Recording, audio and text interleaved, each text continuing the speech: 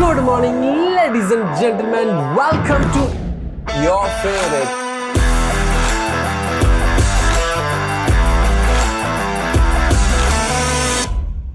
Hello, ladies and gentlemen. Yes, എൻ്റെ കയ്യിലിരിക്കുന്നു ഐക്യൂൻ്റെ Z10. 2 മിനിറ്റിൽ ഇതിൻ്റെ ഒരു റിവ്യൂ പറഞ്ഞ് തീർക്കാം ഗൈസ്. ഇതിൻ്റെ വില 22,000 രൂപയാണ് 128 GB. 24,000 256 GB, 8 GB 256. 26,000 രൂപയാണ് 12 GB 256ൻ്റെ വില വരുന്നത്. ആൻഡ് നിങ്ങളുടെ കയ്യിൽ ICICO SBI ഒക്കെ ബാങ്കിൻ്റെ കാർഡ് ഉണ്ടെങ്കിൽ ബാങ്ക് കാർഡ് ഉണ്ടെങ്കിൽ നിങ്ങൾക്ക് 2,000 ഇൻസ്റ്റൻ്റ് ആയിട്ട് ഡിസ്കൗണ്ട് കിട്ടും. അങ്ങനെ എന്താവും, ഇത് 20,000 താഴെയാവും. അതായത് 20,000 രൂപയ്ക്ക് നിങ്ങൾക്ക് ഈ ഫോൺ കിട്ടും. ഈ ഫോണിൻ്റെ പ്രത്യേകത എന്താണ്? 7300 mAh ബാറ്ററി. അതായത് നിങ്ങളുടെ ആൾക്കാരുണ്ട്, എൻ്റെ കമൻറ്റ് ബോക്സിൽ ഞാൻ കണ്ടിട്ടുണ്ട്, ബ്രോ ബാറ്ററി ലൈഫ് ഭയങ്കര കൂടുതലുള്ള ഫോണുണ്ടോ? അവർക്ക് ഈ ഒരൊറ്റ ഫോണേ ഉള്ളൂ. ഇന്ത്യയിൽ തന്നെ ഏറ്റവും വലിയ ബാറ്ററി വെച്ച് വരുന്ന ഫോൺ ഇതാണ്. ഇത് മറ്റേ സാധനമല്ല, മറ്റേ ലേറ്റസ്റ്റ് ടെക്നോളജിയായ കാർബൺ സിലിക്കൺ ബാറ്ററി എന്നുള്ളവർ വെച്ചേക്കുന്നത്. എന്നാൽ പോലും വളരെ സ്ലിം ആയിട്ട് 7300 mAh ബാറ്ററി അവർ എങ്ങനെയാണ് ഇത്ര സ്ലിം ആക്കി സാധനം ഇറക്കിയെന്ന് എനിക്കറിയത്തില്ല. 200 grams എന്തോആണ് ഇതിൻ്റെ വെയിറ്റ് വരുന്നത്. It's not that heavy. പിന്നെ എടുത്ത് പറയാനായിട്ട് സ്നാപ്ഡ്രാഗൻ്റെ 7S Gen 3 ചിപ്സെറ്റാണ് വരുന്നത്. പിന്നെ 90 വാട്ടിൻ്റെ ഫാസ്റ്റ് ചാർജിങ് സപ്പോർട്ട് വരുന്നുണ്ട്. പെട്ടിയിനകത്ത് ചാർജർ ഉണ്ട്, കേസ് ഉണ്ട്. അതേപോലെ AMOLED ഡിസ്പ്ലേ ആണ് വരുന്നത്. കോഡ് കർവ്ഡ് ആണ്, അതായത് ഫുള്ളായിട്ടും കർവ് ചെയ്തിട്ടുള്ളൊരു ഡിസ്പ്ലേ ആണ് വരുന്നത്. 1300 നിറ്റ്സിൻ്റെ ഹൈ ബ്രൈറ്റ്നസ് മോഡിൽ കിട്ടും. അതായത് വെയിലത്തൊക്കെ ഇറങ്ങുമ്പോൾ ഒരു കുഴപ്പമില്ല. 5000 നിറ്റ്സിൻ്റെ പീക്ക് ബ്രൈറ്റ്നസ് കിട്ടുന്നുണ്ട്. 120 ഹെർട്സിൻ്റെ റിഫ്രഷ് റേറ്റ് ആണ് വരുന്നത്. ഫൺ ടച്ച് OS ആണ് വരുന്നത്. ഹോട്ട് ഗെയിംസ്, ഹോട്ട് ആപ്സ് ഒക്കെ ഉണ്ട്, അതൊക്കെ നമുക്ക് ഡിസേബിൾ ചെയ്ത് ചെയ്യാൻ പറ്റും. നമുക്ക് ബ്ലോട്ട്വെയർസ് ഒക്കെ ഡിലീറ്റ് ചെയ്ത് കളയാൻ പറ്റും. 2 വർഷത്തെ സോഫ്റ്റ്വെയർ അപ്ഡേറ്റ് ആണ് വരുന്നത്. ക്യാമറ 50 മെഗാപിക്സലാണ്. അൾട്രാ വൈഡ് ഇല്ല. 2 മെഗാപിക്സലിൻ്റെ ഡെപ്ത് സെൻസറാണ് ഉള്ളത്. 50 മെഗാപിക്സൽ OIS ക്യാമറയാണ്. 32 മെഗാപിക്സലിൻ്റെ ഫ്രണ്ട് ക്യാമറയാണ് വേണം. അതിൽ 4K വീഡിയോ റെക്കോർഡിംഗ് ഉണ്ട്. ബാക്കിൽ വെച്ചും 4K വീഡിയോ റെക്കോർഡ് ചെയ്യാൻ പറ്റും. ഈ 50 മെഗാപിക്സലിൻ്റെ ഒരു 2x ക്രോപ്പ് വരുന്നുണ്ട്. പോരായ്മകൾ എന്താണെന്ന് എന്നോട് ചോദിച്ചു കഴിഞ്ഞാൽ NFC ഇതിൻ്റെ അകത്ത് വരുന്നില്ല. LHDC LDAC പോലത്തെ കോഡക്ക് ഇതിൻ്റെ അകത്ത് വരുന്നില്ല. ബ്ലൂടൂത്ത് 5.2ൻ്റെ സപ്പോർട്ടാണ് വരുന്നത്. സ്റ്റീരിയോ സ്പീക്കർ ഈ ഫോണിലില്ല. പിന്നെന്തിന് അൾട്രാ വൈഡ് ക്യാമറ ഇല്ല. അതില്ലാത്തത് ഉള്ളതൊക്കെ കണക്കാണ്. 8 മെഗാപിക്സലിൻ്റെ അൾട്രാ വൈഡ് എന്ന് പറഞ്ഞാൽ കട്ട വേസ്റ്റാണ്. പിന്നെ എടുത്ത് പറയാനാണെങ്കിൽ UFS 2.2ൻ്റെ സ്റ്റോറേജ് ആണ് ഈ ഫോണിലുള്ളത്. ഞാൻ ഈ ഒരു വീഡിയോയിൽ പറയാൻ ഉദ്ദേശിക്കുന്ന സാധനം ഇത് ഇത്രേ ഉള്ളൂ കേട്ടോ. അപ്പം വലിയ ബാറ്ററി ലൈഫ് വേണ്ടവർക്ക് ഒരേ ഒരു രാജാവ് അതിതാണ്. അതല്ലാത്തവർക്ക് വേറെ ഫോൺ എടുക്കാം. അതാണ് പറയുന്നത്. ഓരോ ഫോണുകൾക്കും ഓരോ യൂസറിൻ്റെ രീതിയിൽ ഇത് മാറും. ചിലവർക്ക് ക്യാമറ ആയിരിക്കും ഫോക്കസ്, ചിലവർക്ക് ബാറ്ററി ലൈഫ് ആയിരിക്കും ഫോക്കസ്, ചിലവർക്ക് പെർഫോമൻസ് ആയിരിക്കും ഫോക്കസ്, ചിലവർക്ക് ഡിസ്പ്ലേ, ചിലവർക്ക് ഇപ്പോൾ തന്നെ മോട്ടോറുള്ളവരെ മറ്റേ ഞോണ്ടണ ഫോൺ ഇറങ്ങിയിട്ടുണ്ട് 23,000 രൂപയ്ക്ക്. ഞോണ്ടണത് വേണമെങ്കിൽ അങ്ങനത്തെ ആൾക്കാർക്ക് അത് മേടിക്കാം. അപ്പോൾ പല ആൾക്കാർക്കും പല രീതിയിലാണ് സെൽഫോൺ. ഈ കാണുന്നത് നമ്മളുടെ നത്തിങ് ഫോൺ 3A ആണ്. 25,000 രൂപയുടെ പ്രൈസ് റേഞ്ചിൽ അൾട്രാ വൈഡ് പിന്നെ ഒരു 2x ഒപ്റ്റിക്കൽ തരുന്ന ഒരു ഫോൺ ആ ഒരു പ്രൈസ് റേഞ്ച് ഇല്ല. അപ്പം നിങ്ങളുടെ പ്രൈമറി ഫോക്കസ് പോർട്രേറ്റ് എടുക്കാൻ 2x വേണമെന്നുണ്ടെങ്കിൽ ഈ ഫോണേ ഉള്ളൂ. ഇവിടെയുള്ളൊരു വില്ലൻ എന്താ? ഇതും UFS 2.2 ആണ്. മോട്ടോറോള ഞോണ്ടണ ഫോണിലുള്ള പ്രശ്നം എന്താ? UFS 2.2 ആണ്. മോട്ടോറോള എഡ്ജ് 60 ഫ്യൂഷൻ്റെ പ്രശ്നം എന്താ? UFS 2.2 ആണ്. എന്നാൽ ഇതേ ഐക്യൂ Z10X എന്ന് പറഞ്ഞ ഒരു ഫോൺ ഇറങ്ങിയിട്ടുണ്ട്. 13,500 രൂപയാണ് അതിൻ്റെ പ്രൈസ് വരുന്നത്.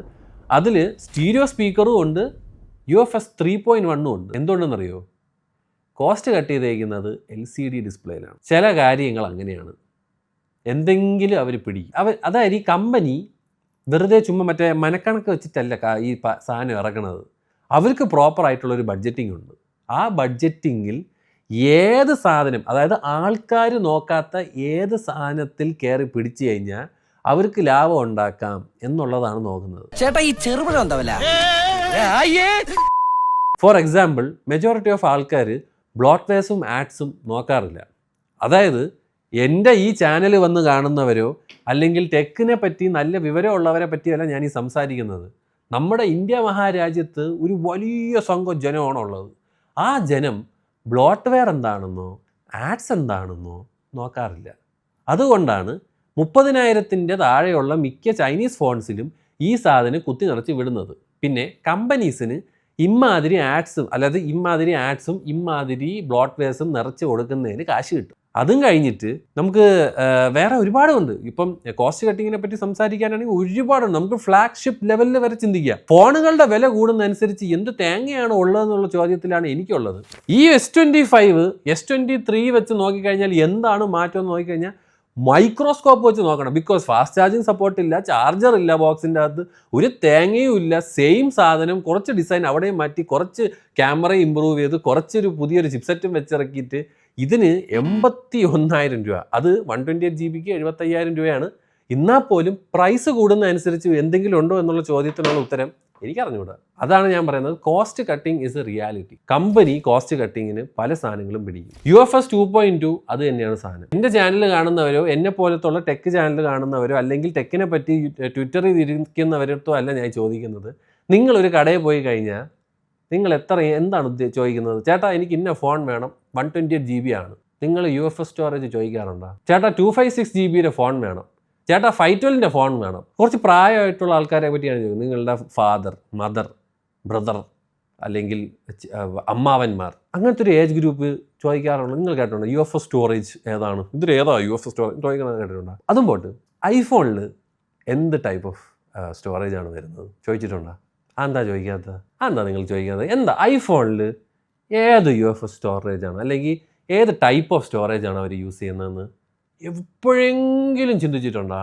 Then why UFS 2.2? ഐഫോണിൽ NVMe എന്ന് പറയുന്ന സ്റ്റോറേജ് പ്രോട്ടോക്കോളാണ് യൂസ് ചെയ്യുന്നത്. അത് ഐഫോണ് സ്വന്തമായിട്ട് ചിപ്സെറ്റ് ഉണ്ടാക്കുന്നതുകൊണ്ടും അവർ ആ ചിപ്സെറ്റ് അവരുടെ സോഫ്റ്റ്വെയറുമായിട്ട് വെൽ ഒപ്റ്റിമൈസ്ഡ് ആയതുകൊണ്ടും NVMe അവർ യൂസ് ചെയ്യും. UFS 2.2ൻ്റെ പ്രശ്നം എന്ന് വെച്ച് കഴിഞ്ഞാൽ നമുക്കറിയാം UFS 3.1 ഉണ്ട്, UFS 4.0 ഉണ്ട്, UFS 4.1 ഉണ്ട്. UFS 4.1 കുറച്ചും കൂടെ ഫ്ലാഗ്ഷിപ്പ് ലെവൽ അല്ലെങ്കിൽ ഹൈ പെർഫോമൻസ് ലെവൽ ഫോണുകളിലാണ് യൂസ് ചെയ്യുന്നത്. Very latest technology. UFS 4.0 നമുക്കറിയാം. UFS 3.1 അത്യാവശ്യം മിഡ് റേഞ്ചിലൊക്കെ യൂസ് ചെയ്യുന്നതാണെന്ന് നിങ്ങൾക്കറിയാം. UFS 2.2 ഒരു ഔട്ട്ഡേറ്റഡ് ആയിട്ടുള്ള UFS സ്റ്റോറേജ് ആണ് നിങ്ങൾക്ക് ചിലവർക്കറിയാം. പക്ഷേ മെജോറിറ്റി ഓഫ് ആൾക്കാർ നേരെ കടയിൽ പോയിട്ട് ചേട്ടാ എനിക്ക് 256 GB ഒരു ഫോൺ വേണം, 2 GB റാം വേണം, ക്യാമറയിൽ ഫ്ലാഷ് വേണം കേട്ടോ, ഈ ഫിംഗർ പ്രിന്റ് കൈ വെച്ച് തൊടുമ്പോൾ ഓണാകുന്ന സംഭവമല്ലേ അത് വേണം എന്നേ ചോദിക്കാറുള്ളൂ. മാർക്കറ്റിൽ ഈ പറയുന്ന ബ്രാൻഡ്സ് ഒക്കെ റിസർച്ച് ചെയ്ത് നോക്കുമ്പോഴും അത് തന്നെയാണ് അവരും നോക്കുന്നത്. ആൾക്കാരും UFS സ്റ്റോറേജ് എന്താണ് എന്ന് ചോദിക്കാറില്ല. I'm just saying majority of people doesn't care about that. അതുകൊണ്ടാണ് കോസ്റ്റ് കട്ടിങ്ങിൽ അവർ ആ സ്ഥലത്ത് പിടിക്കുന്നത്. മലയാളത്തിൽ പറഞ്ഞു കഴിഞ്ഞാൽ ഞാൻ പറയേ എന്താണ് UFS സ്റ്റോറേജ് എന്നൊക്കെ ഉള്ളത് നമ്മുടെ ശരത്ത് ടെക് നീയോ നല്ല ഗംഭീര ഒരു വീഡിയോ ഇട്ടിട്ടുണ്ട്. നിങ്ങൾക്ക് അത് പോയി കാണാം. ഞാൻ എൻ്റെ ഡിസ്ക്രിപ്ഷനിൽ ആ ഒരു ലിങ്ക് ഇട്ടേക്കാം. ഗംഭീരമായിട്ട് പുള്ളി എക്സ്പ്ലെയിൻ ചെയ്യണം. അത് ഞാനത് എക്സ്പ്ലെയിൻ ചെയ്യുന്നില്ല. ഒരു സാധാരണ രീതിയിൽ പറഞ്ഞു കഴിഞ്ഞാൽ നിങ്ങൾ ഫോൺ മേടിക്കുന്നു, ഇതേപോലെ കടയിൽ പോകുന്നു, നിങ്ങൾ പറയും 256 GB ഫോൺ വേണം, ബാറ്ററി ലൈഫ് വേണം, നല്ല ഡിസ്പ്ലേ വേണം എന്ന് പറയുമ്പോൾ ഒരു ഫോൺ നിങ്ങളെ തലയിൽ തരുന്നു. നിങ്ങളത് എടുത്തുകൊണ്ട് പോയിട്ട് വീട്ടിൽ പോകുന്നു, യൂസ് ചെയ്യുന്നു, അടിപൊളി, ആഹാ ആദ്യത്തെ ഒരു മാസം ഒരു കുഴപ്പമില്ല, രണ്ടാമത്തെ മാസം ഒരു കുഴപ്പമില്ല, ഒരു 6 മാസം, ഒരു 8 മാസം, ഒരു വർഷം കഴിയുമ്പോൾ ഫോൺ സ്റ്റക്കായി തുടങ്ങും. ഫോണിലൊരു പിടുത്തം വരും. ആപ്പിലോട്ട് മാറുന്ന സമയത്ത് ഒരു പിടുത്തം, ഒരു സ്റ്റക്ക് തുടങ്ങിയ സാധനങ്ങളൊക്കെ വരുമ്പോൾ നിങ്ങൾ പറയും ഇതെന്താ ഈ ഫോൺ ഇങ്ങനെ ആയിപ്പോയത്? ആ ചോദ്യത്തിനുള്ള ഉത്തരവാണ് UFS 2.2. ബിക്കോസ് SSD വേറെ ടയർ ഉണ്ടാകുന്നൊരു സാധനമാണ്. നമ്മൾ യൂസ് ചെയ്യുന്നതനുസരിച്ച് അത് സ്ലോ ഡൗൺ ആവും.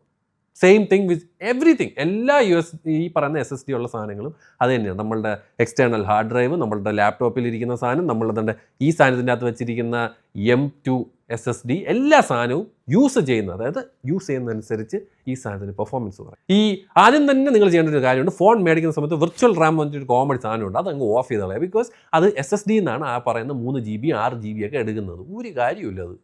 അതിനെ അങ്ങ് നൈസായിട്ട് മേടിക്കുമ്പോൾ തന്നെ അങ്ങ് ഓഫ് ചെയ്യുക വിർച്വൽ റാം പോയിട്ട്. അതായത് SSDയുടെ മെയിൻ പരിപാടി എന്ന് പറഞ്ഞാൽ നമ്മൾ opening and closing of the app, switching between the apps, ഒരു ഫോട്ടോ എടുത്തിട്ട് പ്രോസസ്സ് ചെയ്യുക. ഇതെല്ലാം അതായത് മേജർ പ്രോസസ്സിങ് വരുന്നത് നമ്മളുടെ ISPയിലാണെങ്കിൽ പോലും ഫോട്ടോ പ്രോസസ്സിങ്ങിന് എടുക്കുന്ന ടൈം അതൊക്കെ UFS സ്റ്റോറേജിൻ്റെ UFSലാണ് ഈ പറയുന്ന സാധനങ്ങൾ നടക്കുന്നത്. 2.2 ആണെങ്കിൽ സ്ലോ ആയിരിക്കും, 3.1 ആണെങ്കിൽ കുറച്ചുകൂടെ ബെറ്റർ, 4.0 ആണെങ്കിൽ കുറച്ചുകൂടെ ബെറ്റർ, 4.1 ആണെങ്കിൽ ദി ബെസ്റ്റ്. 2017 2018 ഇറങ്ങിയ സാധനമാണ് UFS 2.2. കോസ്റ്റ് കട്ടിങ്ങിൻ്റെ പേരിൽ അവരത് ചെയ്യുന്നു, നിങ്ങൾക്ക് തരുന്നു. ബാക്കി ഞാൻ പറഞ്ഞില്ലേ എന്തുകൊണ്ട് ഇത് സെല്ലാവും? ബിക്കോസ് നിങ്ങൾ പറയണം എനിക്ക് ഏറ്റവും വലിയ ബാറ്ററി വേണം, ദിസ് ഇസ് ഇറ്റ്, എനിക്ക് ഏറ്റവും ഫാസ്റ്റ് സ്റ്റോറേജ് സ്പീഡുള്ള ഫോൺ വേണം എന്നാരെങ്കിലും ചോദിക്കാറുണ്ടോ? എനിക്ക് ഫാസ്റ്റ് പെർഫോമൻസ് വേണം, iQOO Neo 10R. End of the day നമ്മൾ ഒരിക്കലും കടയിൽ പോയിട്ട് ഫാസ്റ്റസ്റ്റ് സ്റ്റോറേജ് ഫോൺ ചോദിക്കില്ല. നമുക്ക് വേണ്ടത് പെർഫോമൻസ് ഉള്ള ഫോൺ, നല്ല ക്യാമറ, നല്ല ബാറ്ററി, നല്ല ലോങ് ലൈഫ്, മറ്റത് മറിച്ചത് തേങ്ങ മാങ്ങ, ഐഫോൺ, സാംസങ്, ഇങ്ങനെയാണ് നമ്മൾ പോയി മേടിക്കണം അല്ലേ. ചേട്ടാ എനിക്ക് സാംസങ്ങിൻ്റെ ഫോൺ വേണം, 30,000 രൂപയ്ക്കുള്ള സാംസങ്ങിൻ്റെ ഫോൺ. നമ്മളൊക്കെ ഇത് അറിയണ വരെ ഞാൻ ചോദിച്ചിട്ടില്ല, എനിക്കതിൽ പറയണതിൽ യാതൊരു മടിയുമില്ല.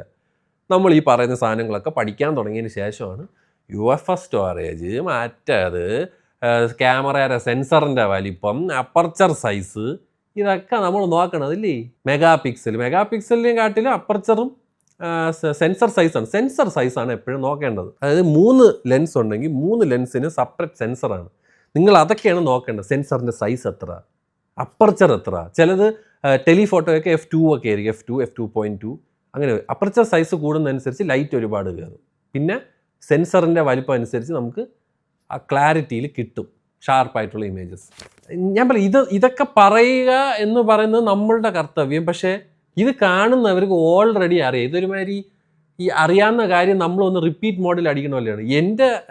എൻ്റെ ഈ വീഡിയോ കാണുന്നവർക്ക് ഓൾറെഡി അറിയാം അത്യാവശ്യം. ഓക്കെ, ഇങ്ങനെയൊക്കെയാണ് സാധനങ്ങൾ, അങ്ങനെയൊക്കെയാണ് സാധനങ്ങൾ. പക്ഷേ അറിവിടാത്ത ആൾക്കാരെയാണ് ആര് ഫോക്കസ് ചെയ്യണം? മൊബൈൽ കമ്പനിക്കാർ.